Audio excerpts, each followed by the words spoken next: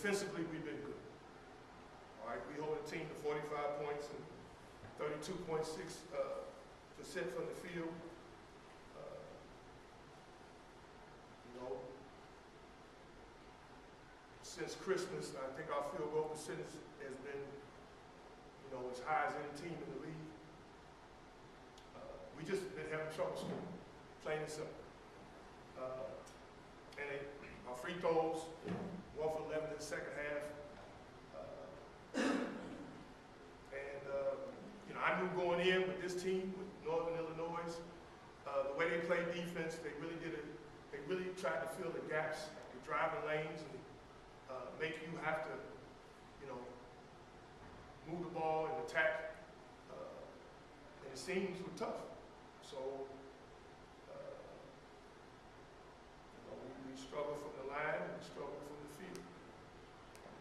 So we keep working. You know, I'm not, you know, we keep working. And then plain and simple, that's what we do. So, you know, we'll make some adjustments. You know, we'll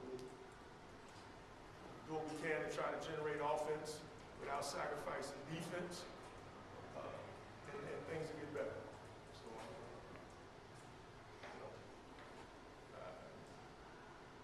and if any questions? I'm ready for questions.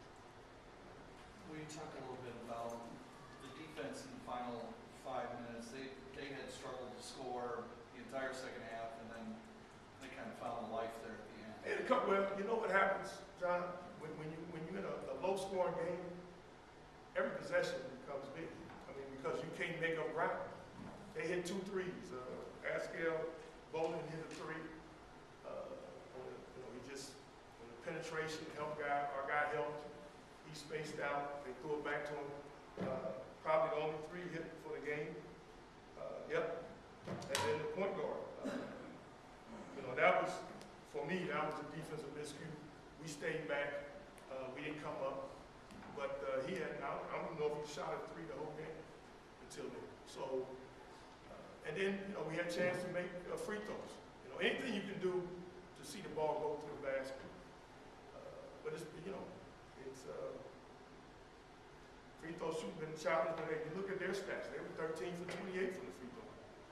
So when you get into possession basketball, and it's a close game, then any combination of points and lack of scoring or missed free throws, you know, once it gets into a 6-point, 8-point game, it's tough to make up ground because you're not scoring.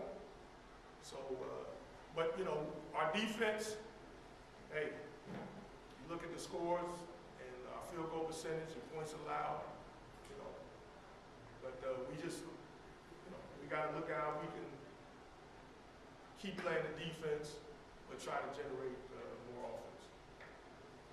We talked a little bit about Zach Henning, got to use him for the first time today, made some threes. Your impression? Well, hey, he did what I knew he could do.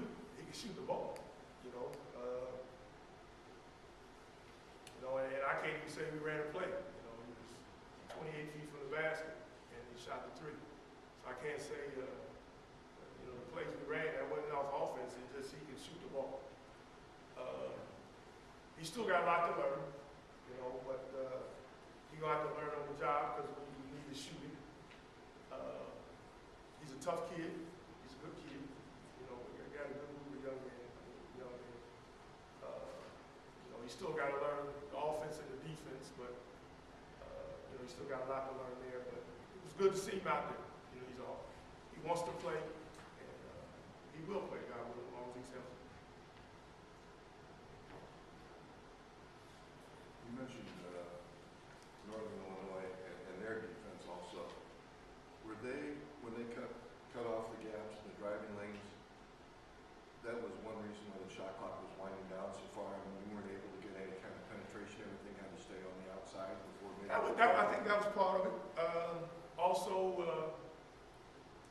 you know, they did a pretty good job of making us work to get the ball inside. And when we did, you we got the ball outside the lane, but, if you think about it, really, anytime the ball was on the perimeter, if they didn't penetrate or if they didn't get into their big guys, they didn't score. So they try to make it tough for you to get in the lane. And in our offense, if you don't make perimeter shots, period, then they do make it tough. So, again, we got to keep working. We got to keep working on everything: free throws, offense, design, everything.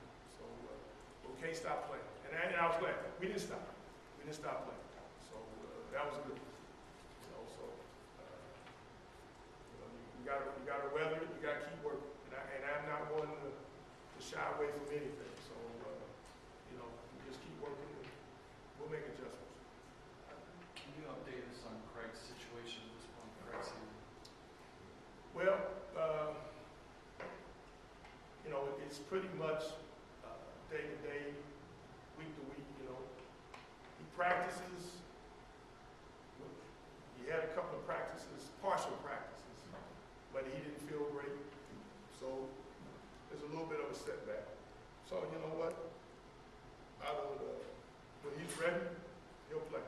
When he says he's ready to play, but right now he's not ready. One more. Coach, Go ahead. at this point, Yeah. are there concerns on your end about your job, your situation? What concerns would I have? My job is really. Let me put it this way.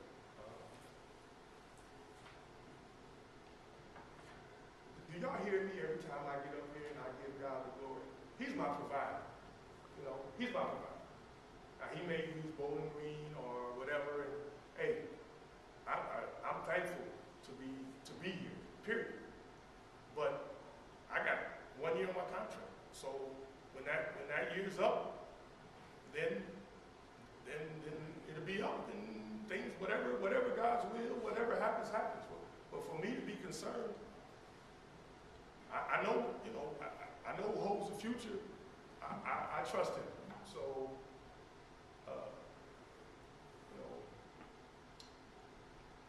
you guys, I don't know what you write because I will be honest with you. I've never been a paper reader since I was born. If you're gonna read the good, Jack, you gotta read the bad. So I don't read it enough. So at that point, and also, since I've known the Lord Jesus Christ, I know who my provider is, and I know he's my God, and he's been taking care of me for 55 years. So I'm going to enjoy this best I can. I hate losing, and we're not playing real well right now offensively. All right, but we got 16 games to go, and if the good Lord allows me to be here and coach and wake up tomorrow through the season, then if he wakes me every morning, that's what we're gonna do. But I've been, that part I learned. You gotta trust God and leave it to Him, and that's what I do. So, any questions y'all got? That's my answer. Trust God. And, he's sovereign.